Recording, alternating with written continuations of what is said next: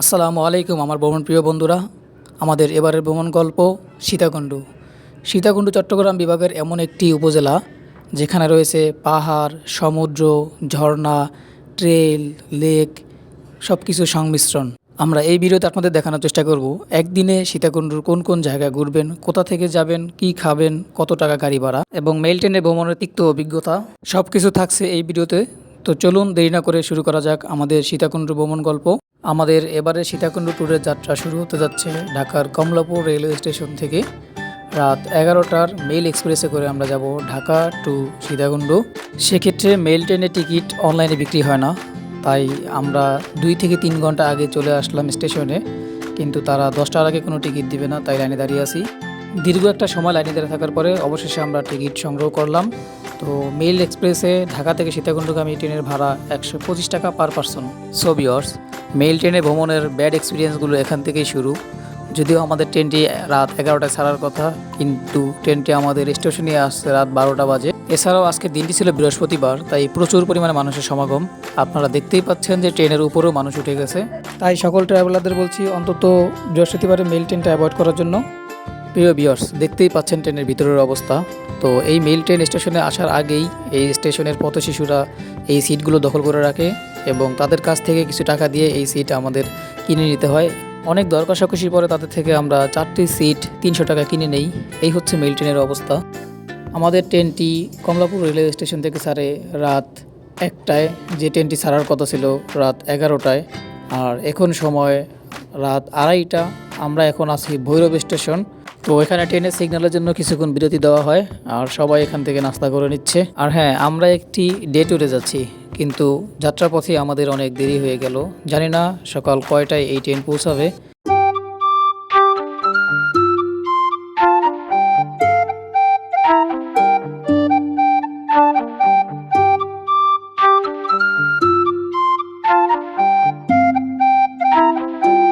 শুভ সকাল সবাইকে।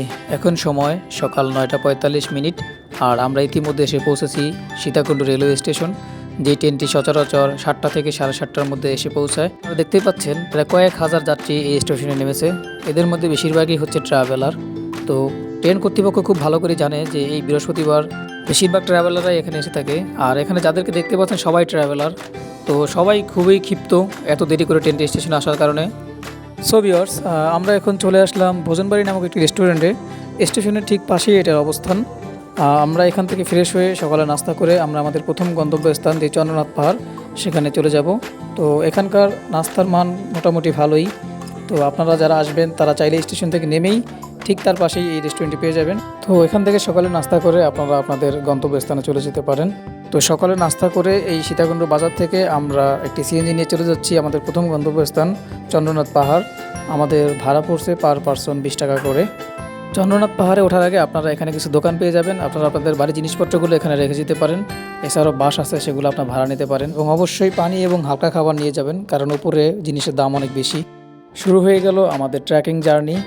তো চন্দ্রনাথ পাহাড়ের চূড়ায় উঠতে সময় লাগবে 1.5 ঘন্টার মতো এবং নামতে সময় লাগবে প্রায় 1 ঘন্টার মতো। চন্দ্রনাথ পাহাড়ে ওঠার ক্ষেত্রে এটাই হচ্ছে প্রবেশ গেট। তো আপনারা দেখতে পাচ্ছেন যে 2টা রাস্তা 2 দিকে গেছে। আমার ডান দিকে যে রাস্তাটা দেখতে পাচ্ছেন এই সিঁড়ি বেয়ে বেয়ে আপনারা চাইলে উঠতে পারবেন, কিন্তু এটা একটা কঠিন রাস্তা আর সবাই বাম পাশের রাস্তাটাই ব্যবহার করে থাকে।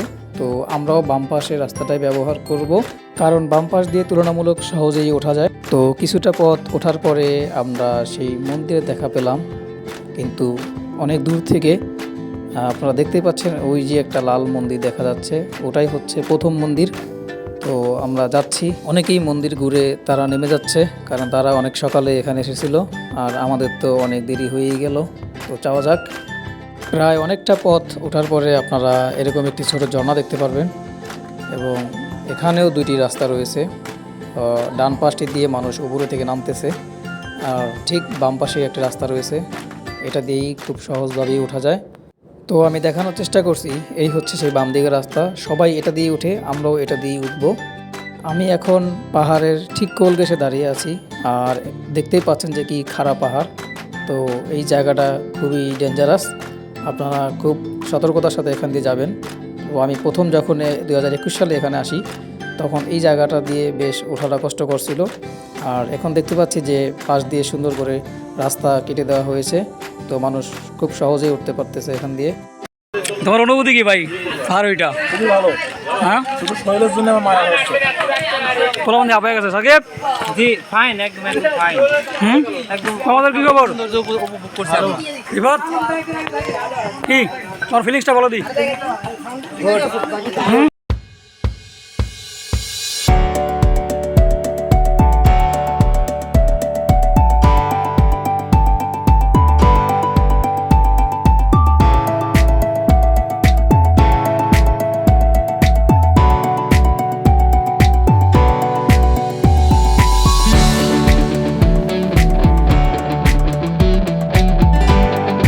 সো ভিউয়ার্স, একটা লং ট্রেকিং শেষে আমরা অবশেষে এই প্রথম মন্দিরে উঠতে সক্ষম হলাম। তো আপনারা দেখতেই পাচ্ছেন সবাই বেশ ক্লান্ত। তো আমার সামনে দেখতে পাচ্ছেন একটি মন্দির, এখানে দুইটা মন্দির রয়েছে। আর আমি মনে করি যতটা কষ্ট করে আমরা এই পাহাড়ে উঠি, এরপরে যখন একটি সুন্দর দৃশ্য দেখি তখন আমাদের সেই কষ্ট আর কষ্ট মনে হয় না। ঠিক তেমনই এই যে আমার সামনে দেখতে পাচ্ছেন যে পাহাড়ের যে মনোরম দৃশ্য, এই দৃশ্য আমাদেরকে এতটাই মুগ্ধ করে যে আমরা যে কতটা কষ্ট করে এই পাহাড়ে চড়ে উঠেছি সেটা আমরা ভুলে যাই। সত্যি বলতে পাহাড়ের মধ্যে এমন এক গুণ রয়েছে যেটা আমাদের ক্লান্তি, মন খারাপ দূর করে দেওয়ার জন্য যথেষ্ট। তো এই হচ্ছে আরেকটি মন্দির। তো আমরা তো প্রথম মন্দিরে উঠলাম, কেমন লাগতেছে এখন বলো? জি ভাই, আসলে প্রথম মন্দিরে ওঠার ফিলিংস একটু কষ্ট ছিল, তবুও আমরা পেরেছি। এটা আমাদের জন্য একটা মোটামুটি বড় অর্জন হিসেবে আমরা দেখি। তো আমরা খুবই খুশি। তো ভিউয়ার্স, প্রথম মন্দিরে ঘোরা শেষ করে আমরা এখন যাচ্ছি দ্বিতীয় মন্দিরের উদ্দেশ্যে। আপনারা দেখতেই পাচ্ছেন ওই যে দূরে দেখা যাচ্ছে দ্বিতীয় মন্দিরটি। প্রথম মন্দির থেকে দ্বিতীয় মন্দিরের দূরত্ব খুবই কম, কিন্তু প্রথম মন্দিরে উঠতেই যা কষ্ট, এরপরে আর কষ্ট মনে হয় না। তো চলুন যাওয়া যাক দ্বিতীয় মন্দিরে। প্রথম পাহাড় থেকে দ্বিতীয় পাহাড়ে ওঠার সিঁড়িগুলো বেশ খাড়া খাড়া, আমাদের উঠতে বেশ কষ্টই হচ্ছে। তো যেভাবেই হোক আমাদের লক্ষ্যে পৌঁছাতেই হবে। এই তো আর কিছুটা পথ, তো চলুন যাওয়া যাক। অবশেষে চলে আসলাম পাহাড়ের সেই সর্বোচ্চ চূড়ায় যেখানে দ্বিতীয় মন্দিরটি অবস্থিত। তো দেখতেই পাচ্ছেন যে কত মানুষ এখানে এই পাহাড়ের সৌন্দর্য উপভোগ করতেছে। এই নিয়ে আমার দ্বিতীয়বার চন্দ্রনাথ পাহাড় বিজয়। তো আমি যতবারই এই পাহাড়ে আসি, এই পাহাড়ের সৌন্দর্যে আমি মুগ্ধ হয়ে যাই, মনে চায় হারিয়ে যাই এই পাহাড়ের মাঝে। আমি মনে করি প্রতিটা মানুষই পাহাড়কে ভালোবাসে এবং এই পাহাড়ের সৌন্দর্যে মুগ্ধ হয়, তাই তো সেই দূর দূরান্ত থেকে ছুটে আসে সেই পাহাড়ে।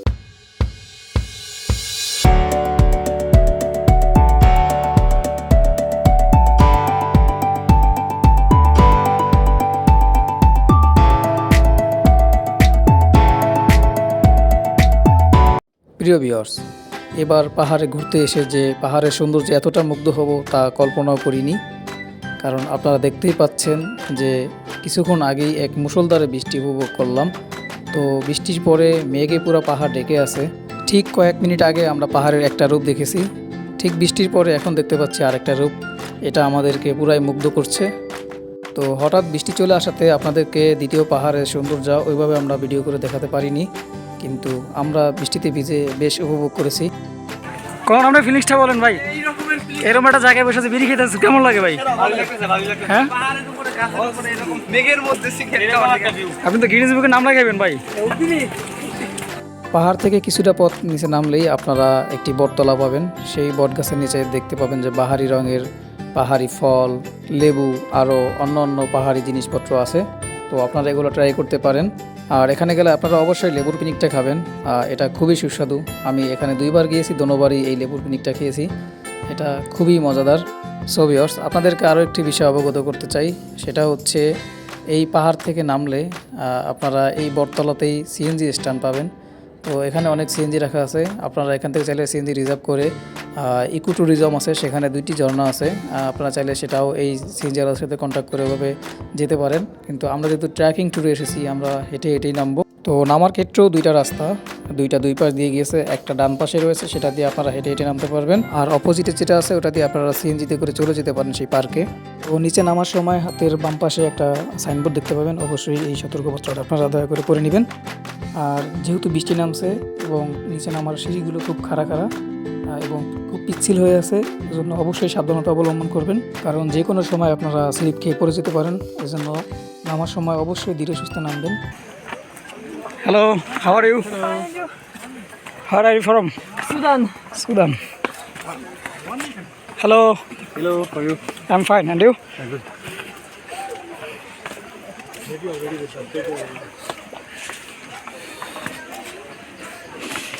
Hi. Hi, How are you? fine, thank you. Where are you from? From China. Oh, China.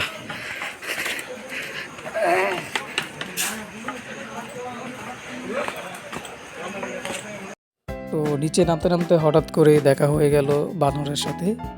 তো দেখতেই পাচ্ছেন যে একসাথে কতগুলো বানর আছে এখানে।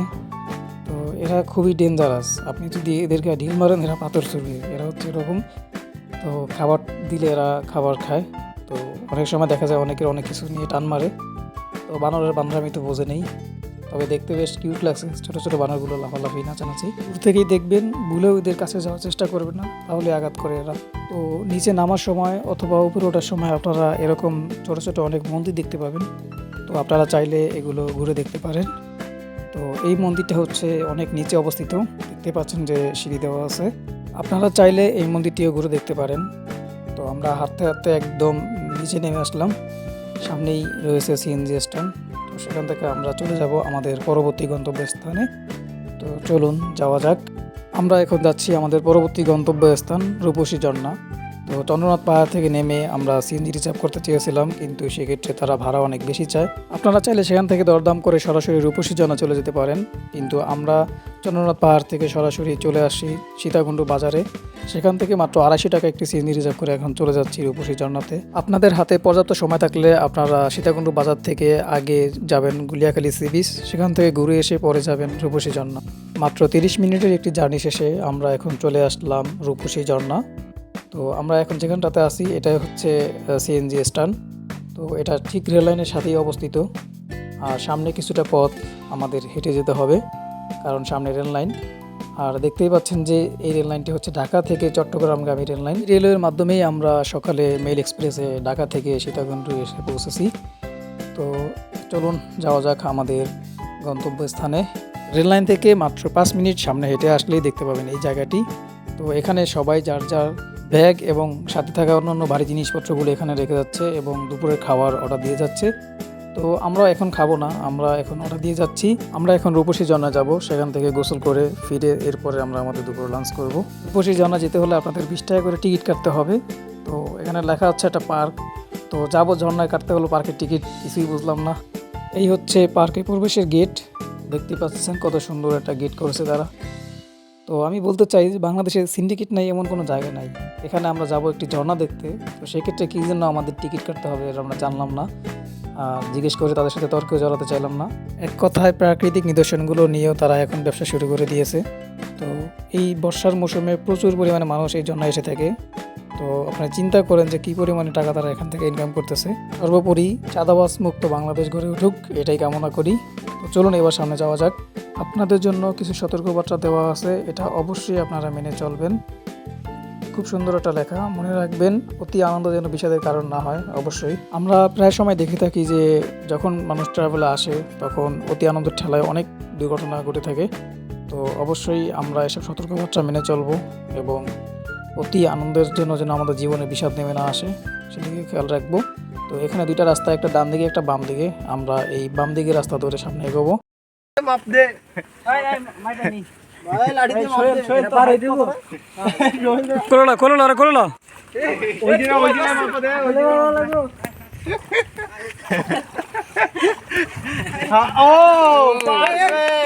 এইটা ক্যাপচার করো না, তুমি কি ক্যাপচার করো আমি তো বুঝি না।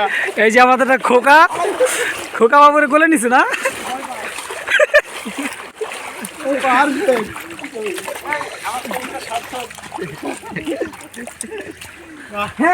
Thank you.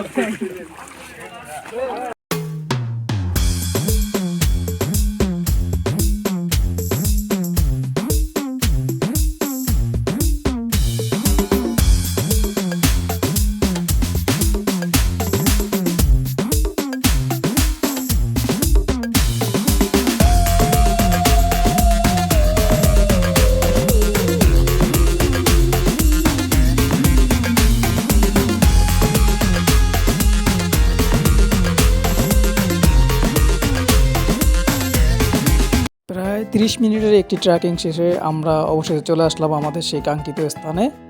তো দেখতেই পাচ্ছেন কত সুন্দর সেই ঝর্ণার দৃশ্য। এটাই হচ্ছে সেই রূপসী ঝর্ণা, আর আশেপাশের পরিবেশটা খুবই সুন্দর। এতক্ষণ যাবৎ আমরা যে কষ্ট করে এই স্থানে আসলাম তা আমরা এক নিমিষেই ভুলে গেলাম, কারণ ঝর্ণার এত সুন্দর রূপ দেখে আমরা আসলে যে ট্রেকিং করেছি সেটাই ভুলে গেছি। আজকে উইকেন্ডে হওয়াতে প্রচুর পরিমাণে মানুষের সমাগম এখানে, আর কিছুক্ষণ আগে বৃষ্টি হয়েছিল তাই ঝর্ণায় প্রচুর পরিমাণে পানি রয়েছে।